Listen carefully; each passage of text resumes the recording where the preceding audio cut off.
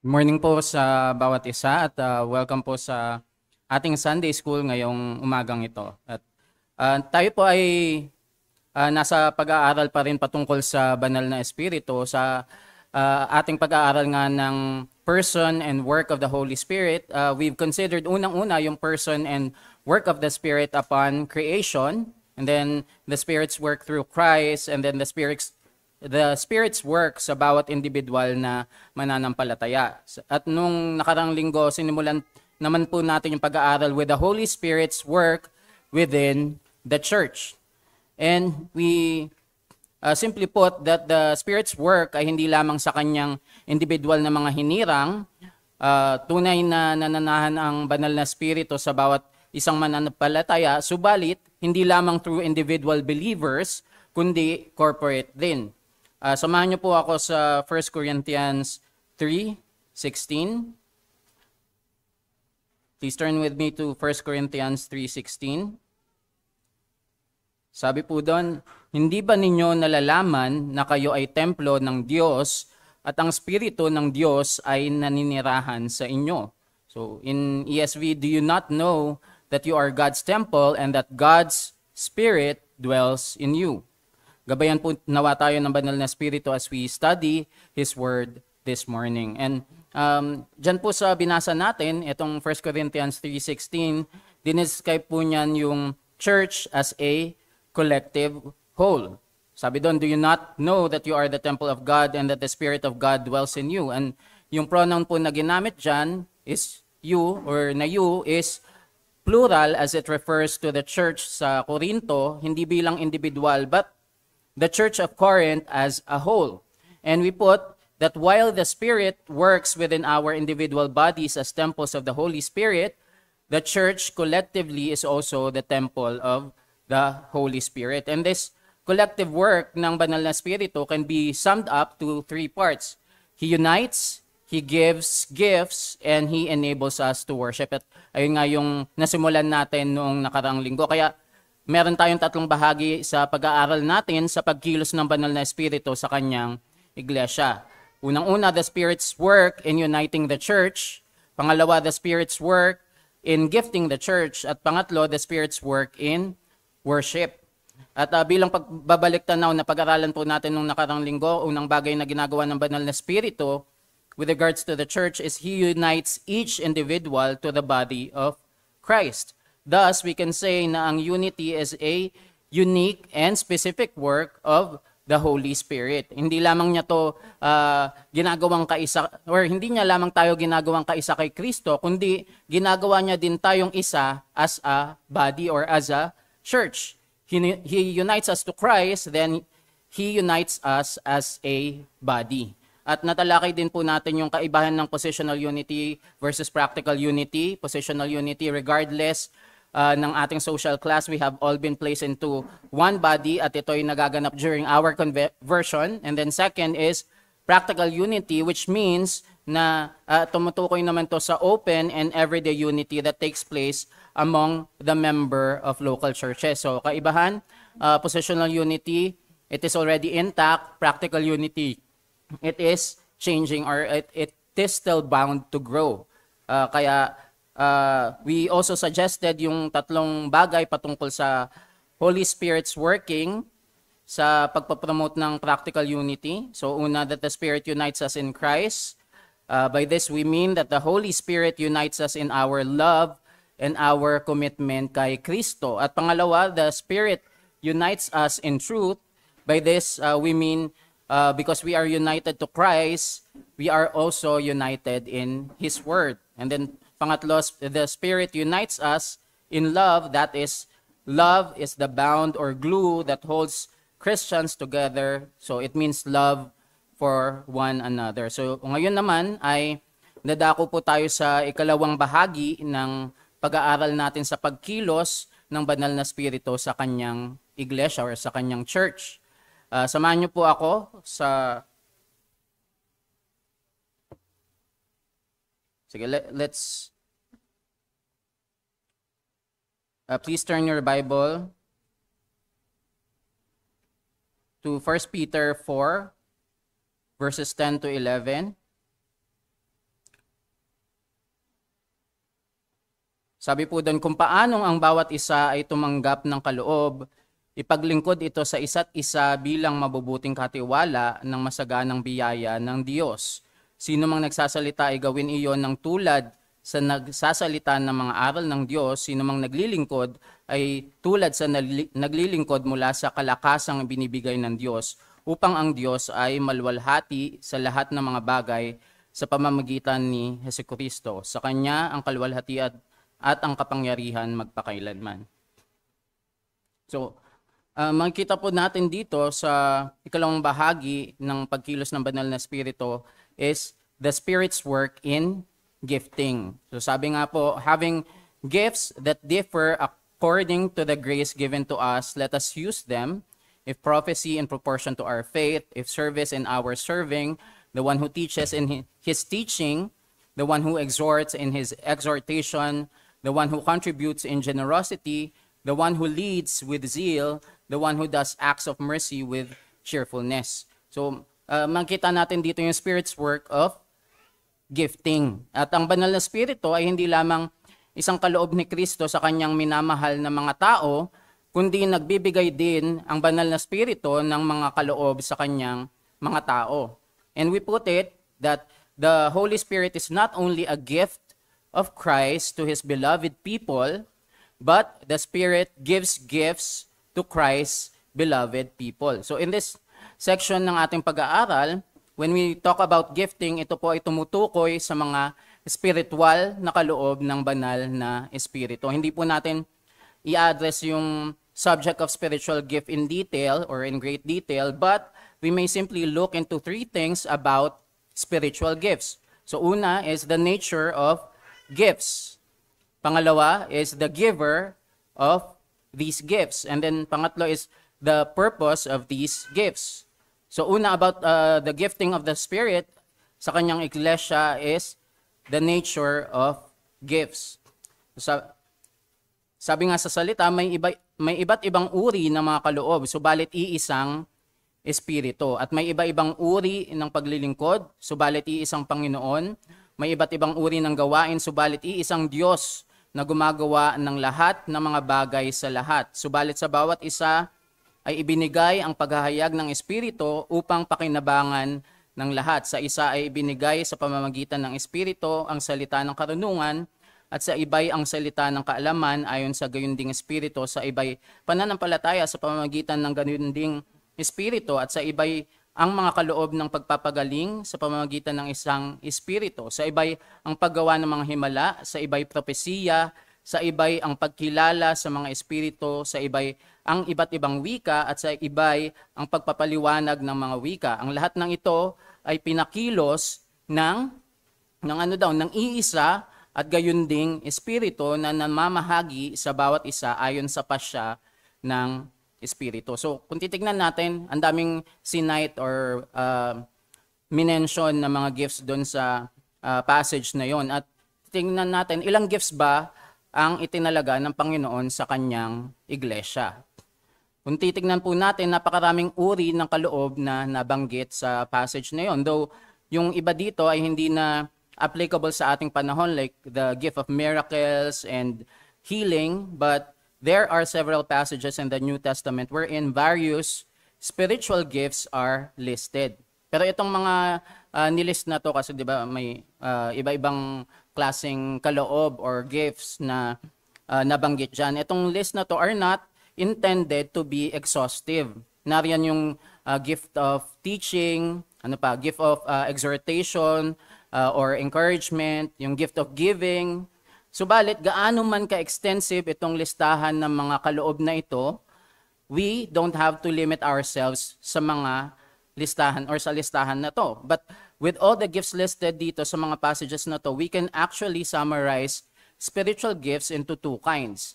Or we can categorize these spiritual gifts into two kinds. There are speaking gifts and there are serving gifts. So speaking and then serving gifts. So doon nga sa binasa natin sa 1 Peter 4, verses 10 to 11, sabi doon, kung paano bawat isa ay tumanggap ng kaloob, ipaglingkod ito sa isa't isa bilang mabubuting katiwala ng masaganang biyaya ng Diyos. Sino mang nagsasalita ay gawin yon ng natutulad sa nagsasalita ng mga aral ng Diyos. Sino mang naglilingkod ay tulad sa naglilingkod mula sa kalakasang binibigay ng Diyos. So we can categorize the gifts as to speaking gifts and to serving gifts. And in other words, some gifts concern words and other gifts concern works or acts. And there are speaking gifts and serving gifts. So in fact, itong dalawang categories of gifts find their fullest expression in the two offices of the church sa iglesia ng Panginoon, or sa offices na itinalaga ng Panginoon sa kanyang iglesia. Parang depiction din siya ng office of the elder and office of the deacons. So paano natin nasabi yon? In the office of the elder or the pastor, we have an example of speaking gift or gifts. And then in the office of the deacons, we have an example of serving gifts.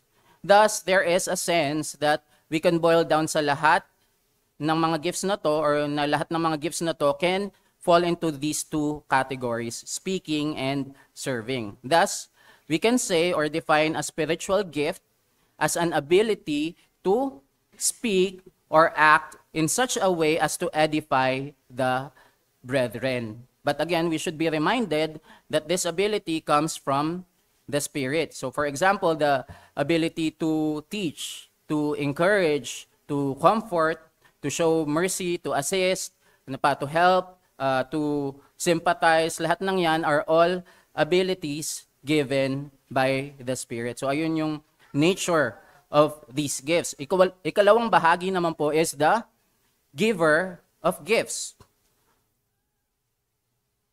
So, under this bullet, makikita natin, or we can be certain, as written sa scriptures, that the giver of spiritual gifts is the Holy Spirit. So, ito ay kaloob ng banal na Espiritu who gives every Christian with certain abilities. Sabi sa 1 Corinthians 12, verse 11, ang lahat ng ito ay pinakilos ng iisa at gayon ding Espiritu na namamahagi sa bawat isa ayon sa pasya ng Espiritu. And this verse ends a larger passage about spiritual gifts that begins in verse 4. There are diversities of gifts but the same Spirit.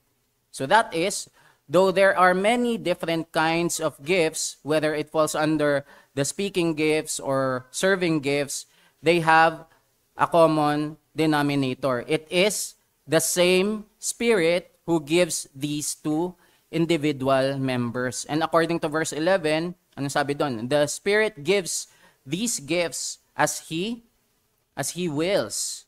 And in Romans 12, verse 6, it was also declared that we are given gifts according to His grace. At yung grace comes from the Greek word charis, which was used to describe God's graciousness and used to describe that special endowment of the Spirit. And thus, the Spirit determines which person receives each gift. It is the work of the Spirit to gift each person in specific way. So that a church can function as a unified single body. And going back to the Spirit's work in unity, ayun yung isa sa mga purpose. That's why we are also being given these spiritual gifts. At tandaan po natin that every spiritual gift comes from God and something received from God alone through Christ by the Spirit. Ayun yung napag-aralan natin, I think, last time about yung sa nature of the Holy Spirit. Kaya lahat po tayo sa ating iglesia can also be used to enrich our brothers and sisters. At wala pong exempted sa atin. Sabi nga sa Hebrews 10, verse 24. Please turn with me to Hebrews 10:24. At ating isaalang-alang kung papaano gigisingin ang isa't isa sa pag-ibig at sa mabubuting gawa. Again, for a physical body, para mag-function properly, there needs to be legs, there needs to be feet, arms, fingers, eyes, nose, a mouth, even yung small organ like the appendix has its purpose. Tulad ng laging napapangaral, bawat miyembro or each member of the body has a specific role na gampanin para sa body to function properly. Hindi lahat ay mata, hindi lahat ay tenga, tulad ng laging na ipapangaral sa atin. And so too, every Christian has a specific role or function to play within the body of Christ. Some roles may be more prominent kesa dun sa ibang roles, but nonetheless, or some roles are more prominent, some roles are less noticeable, but nonetheless, all are necessary. So sabi nga dun sa binasa natin sa 1 Corinthians 12:11, lahat ng ito ay pinakilos ng iisa at gayon ding espiritu na namamahagi sa bawat isa ayon sa pasya ng espiritu. Kaya walang useless member in the body of Christ. Kaya wag din natin iisipin that we don't have a spiritual gift. You are detaching yourself from the body of Christ if you are thinking that you have nothing to contribute. Bakit? Kasi you declare that you are connected to Christ. And if you are connected to Christ, how can you say that you are not capable of contributing to the body of Christ?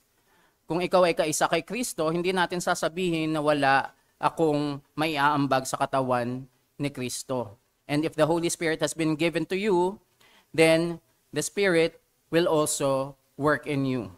So ikatlong bahagi po is the purpose of these gifts. Ano ba yung purpose or dahilan kaya tayo binigyan ng mga spiritual gifts na to? Ang mga kaloob na ito, we're not given just to be displayed, hindi lamang to para ipakita, but to also consecrate these gifts sa service sa Panginoon, or to consecrate these gifts for the service of God.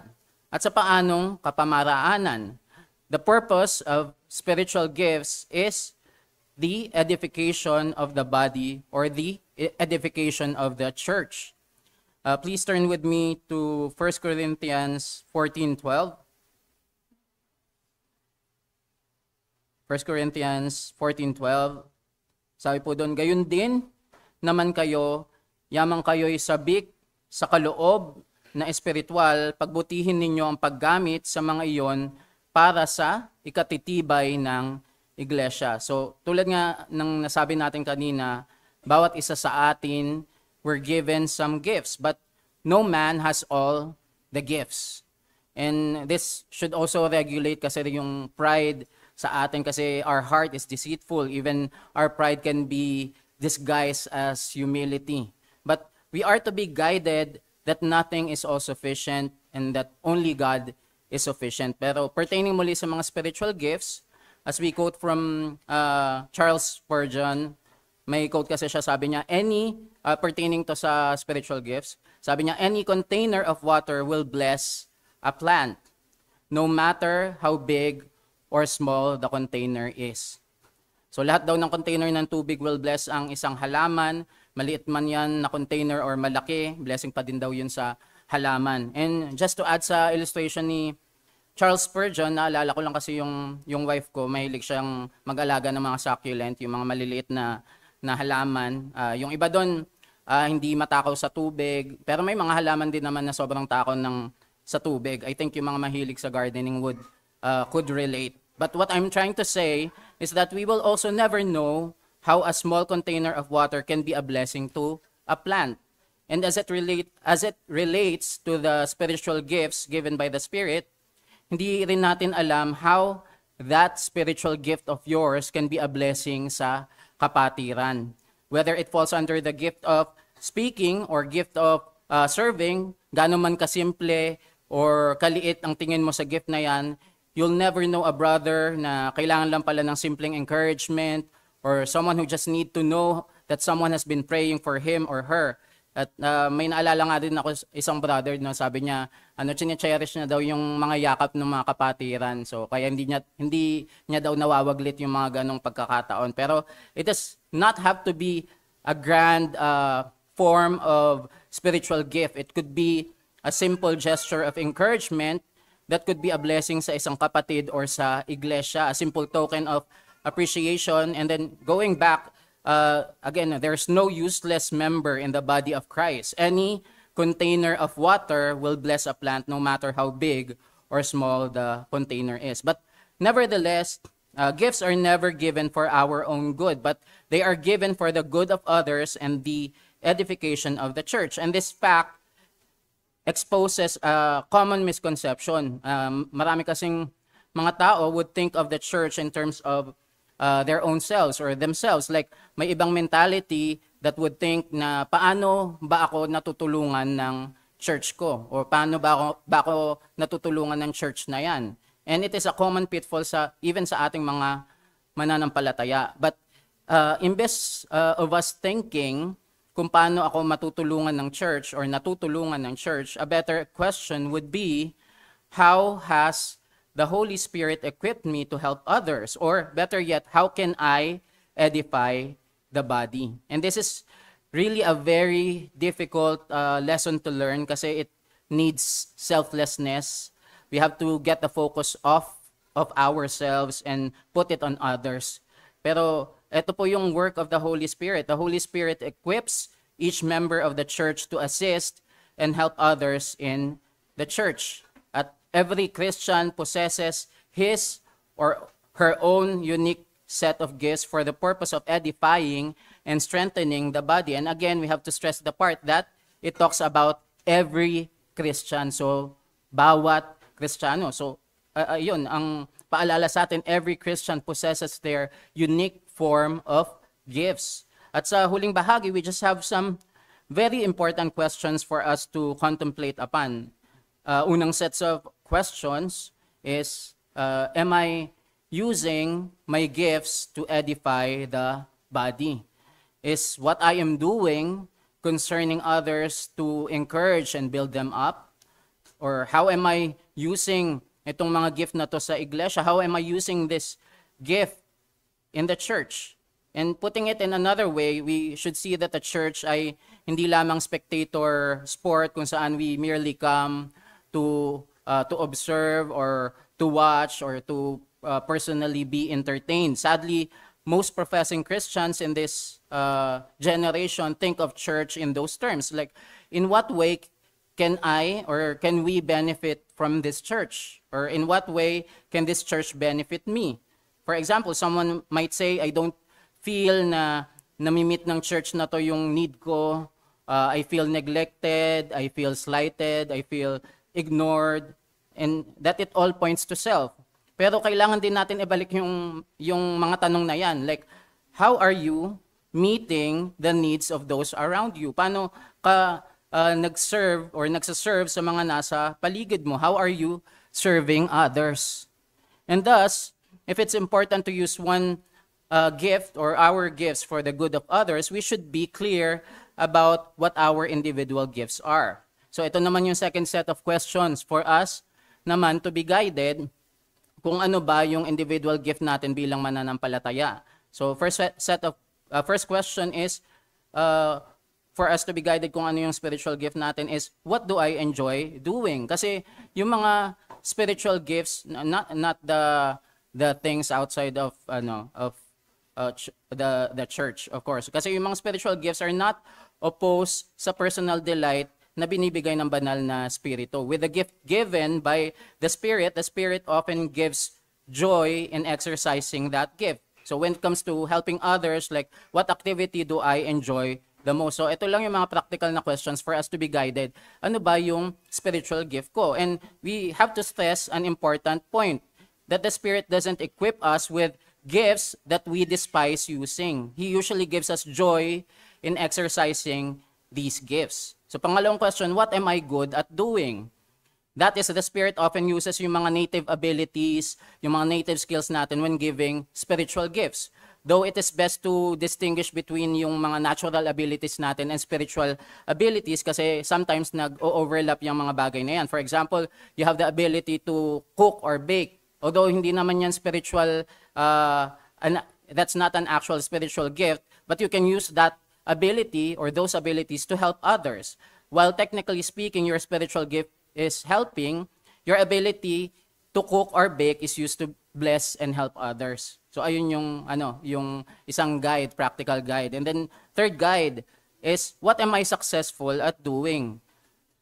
So let's say how we should contemplate, like, how have I been an evident blessing to others in the past? For example, if people regularly thank you sa, let's say, notes of encouragement mo, or sa mga sinulat mo or message mo via PM, then you likely have the gift of encouragement.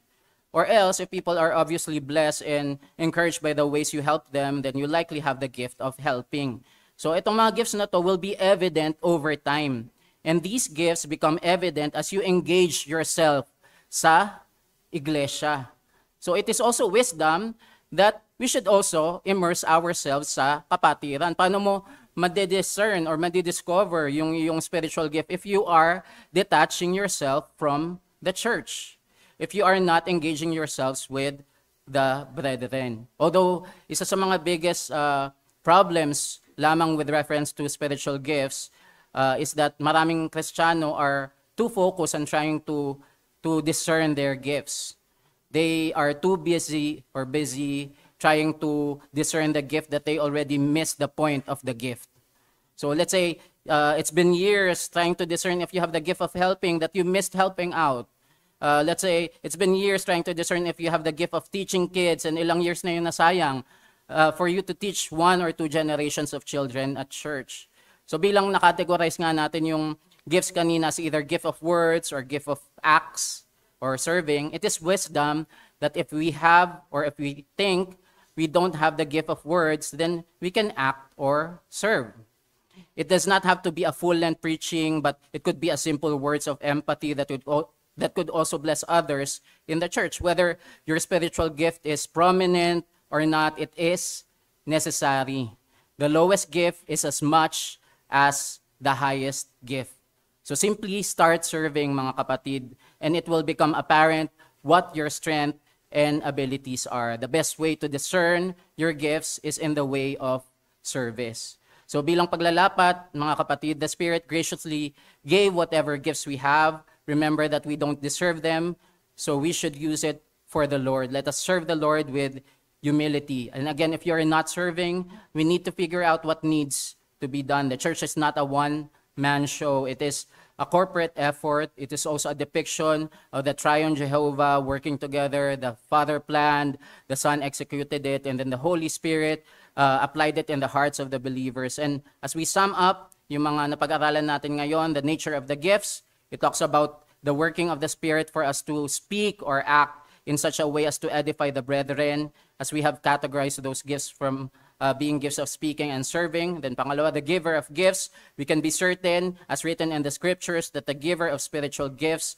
is the Holy Spirit, who gives every Christian with certain abilities. And again, emphasis sa every Christian. And then the purpose of these gifts. How are we supposed to use these gifts given by the Spirit? It is to serve one another in the body of Christ. Tandaan po natin that every single gift is apart from any merit or qualifications. All that we have is from the Lord. Tandaan din po natin, mga kapatid, these are gifts of the Holy Spirit. Thus, we must seek these gifts. We must seek them from Him. For what purpose? For the edification of the church and for the glorification of His name. Let's pray.